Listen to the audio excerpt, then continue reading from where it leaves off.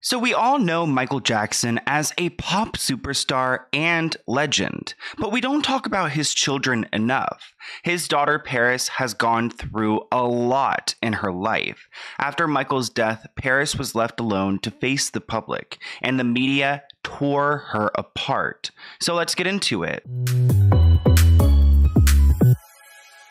Could you guys imagine what it would be like to have Michael Jackson as your father? I can't even begin to relate. But today we're talking about Paris Jackson. She is an American model, actress, singer, and musician. And of course, she's the daughter of Michael Jackson. She's currently 23 years old, but she's gone through a lot. And today we're going to look back at some of her most traumatic moments. So of course, her father is incredibly successful. I mean, he's known as the king of pop, and he has had so many hits, broken records, and there's no one who compares to him. I have made a video about Michael Jackson and his death because honestly, I feel like his team is responsible. So if you've not seen that video, definitely go and check it out. But again, we're talking about Paris today. So let's go back and talk a little bit about Paris's childhood, because she spent the first 7 years of her life at Michael's home, Neverland, which if you guys don't know what Neverland is, it's a huge 2,700 acre ranch with a zoo and an amusement park. And it's just, there's a lot going on there. So honestly, as a kid, do you need to go anywhere else? Like, probably not. But Michael tried his best to keep her shielded from the world. And when she would go out, she would have a mask on, and she really had no idea what it was like out there. The first time she ever spoke publicly was at her father's funeral, which was an incredibly emotional moment. But Paris was really close to her father, Michael. They had a really tight bond, and she wanted to be an artist like he was. What does Paris want to be? I do what you do. What do I do? You dance and sing. That's what you want to do? So Paris was heavily inspired by her father and his career and his music, and that's what she wanted for her own life. But you guys are probably wondering, we're talking about Paris's father, Michael, but where the hell is her mother? So Paris's mom's name is Debbie Rowe, and she was estranged from Paris for most of her life. Debbie is an interesting character in this story. So Debbie didn't see her children for nearly a decade and had zero contact. After their divorce, she gave up all custody and parental rights, and she actually told a reporter in an interview that they're his kids, Michael's kids. They're his kids, not my kids, which I cannot imagine.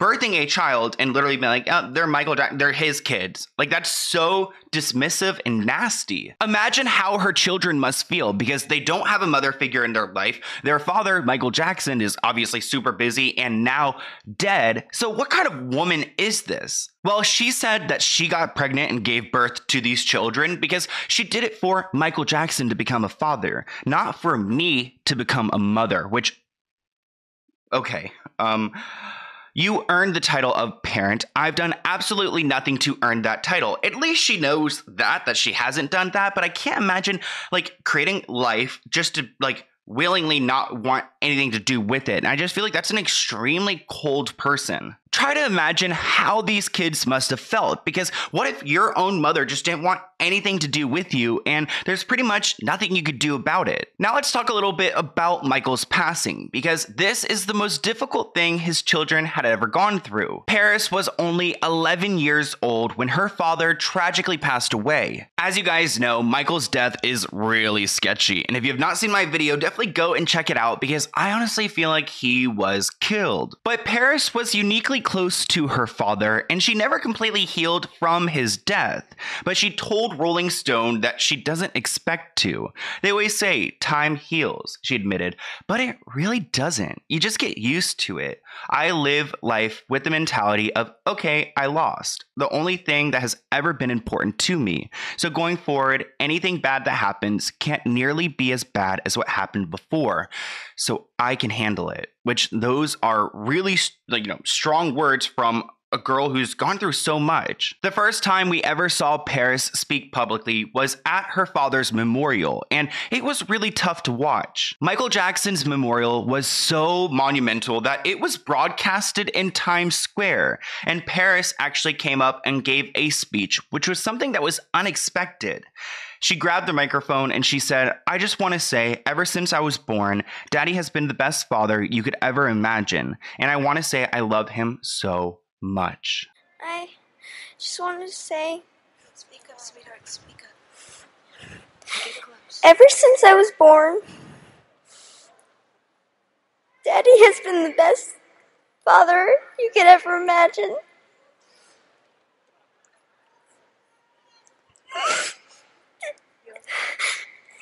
And I just wanted to say I love him so much.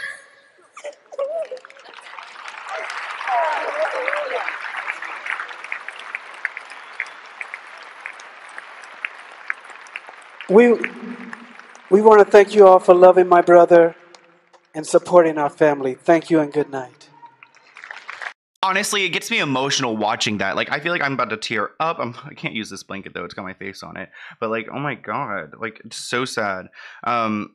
And she's so young in that moment too, which I was thinking to myself, like, why did they have her give a speech? But again, we learned that it was unplanned, so that's what happened. And again, this was the first time that Paris ever spoke publicly. Her father shielded her from the paparazzi and the public and the media and all the nastiness. So she was up there on that stage in front of 21,000 people, and she obviously got super emotional. Randy Phillips actually said that she got off stage and she lost it. He was crying. He almost short-circuited his walkie-talkie by crying into it.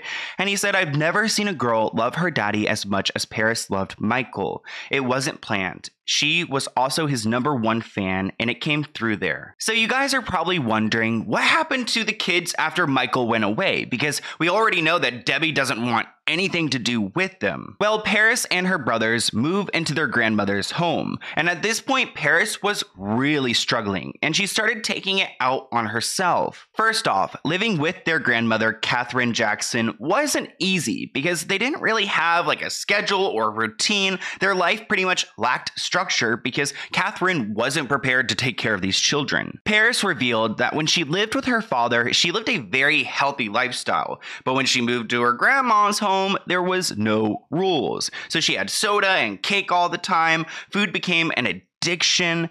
She had a cousin call her fat one time, and she was like, "Okay, I can't do that anymore." And then she started taking it out on herself, which we can't really talk about, harming yourself on YouTube. So I can't even say the self, like whatever word, but that's what she got into. So Paris was going through it. She was now living at her grandmother's home. She was struggling. Her father passed away. And then there was an incident that went down when she was 14 years old. We're going to have to block out some of this text because of YouTube, but she was actually SA'd. So she was violated at the age of 14 by a complete stranger, which, something doesn't add up. We don't learn much about this SA, and honestly, I don't know if this person was ever brought to justice, but she felt like she didn't fit in with a lot of her peers at private school when she started the 7th grade. So then she fell into a crowd with a lot of older people doing a lot of crazy things, and she tried to grow up fast.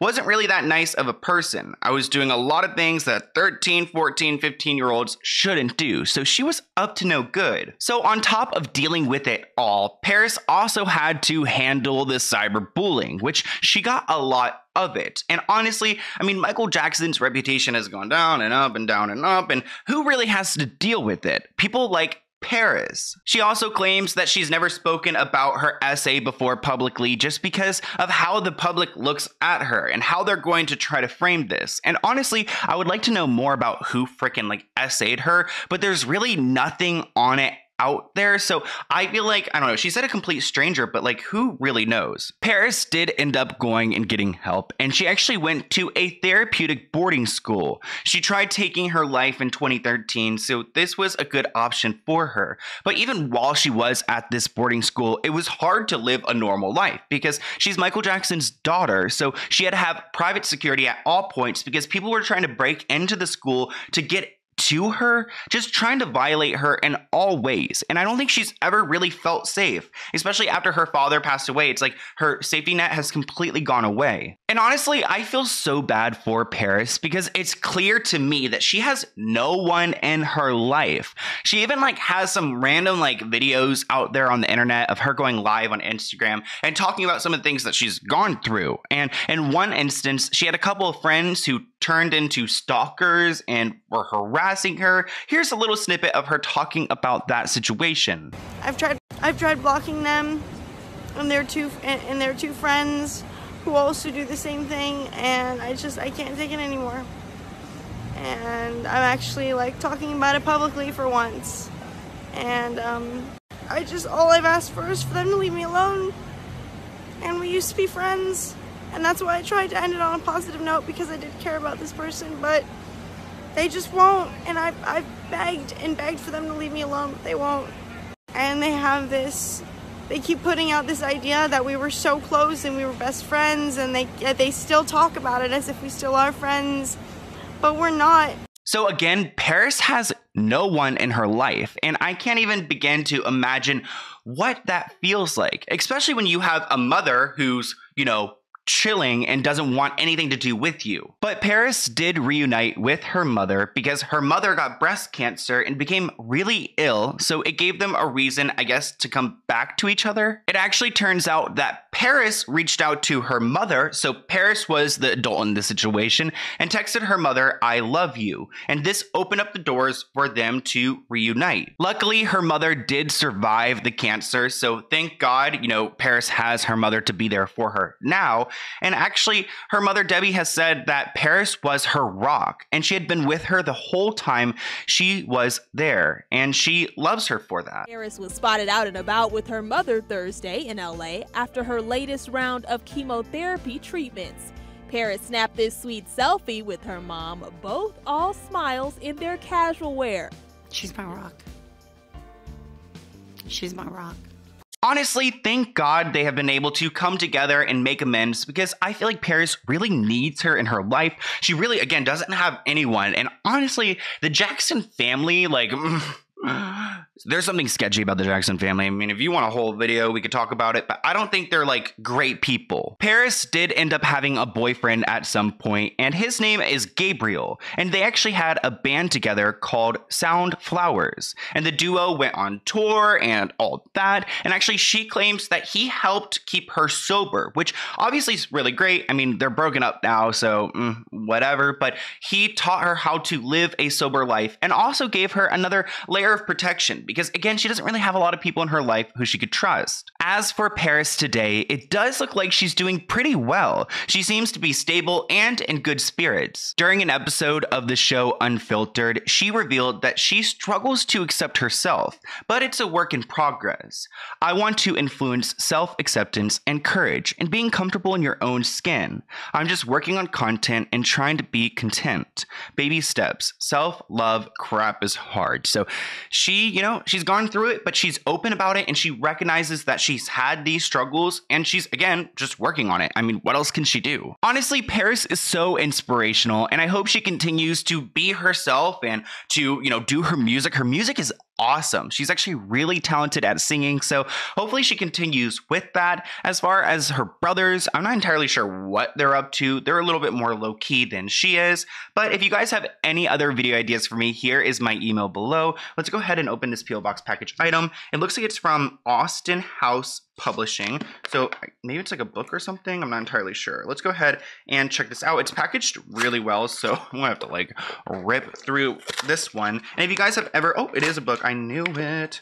So here's a note, and it says, "Sloan, it's such a joy to watch you cover the colorful controversy and scandal in today's culture. Many times your videos have served as motivation for me to finish this book. I hope the world of my dark imagination keeps you thoroughly entertained, as you have kept me informed. All my love." Erica, this is so cool. I think Erica, right? Erica? Erica K, maybe? And look, there's a book, "Sorry You're Having a Bad Night," which is super interesting. I have no idea what this is about, but I'll definitely go and check it out. I'm about to be like on the beach a lot, so I'll have some reading to do. So thank you so much. If you want to go and check out their book below, it's got a card too. Like, how do you have a card and a book? Like, this is legit. So definitely go and check out everything linked below. Thank you so much, and I'll see you guys in a new video soon. Bye, guys.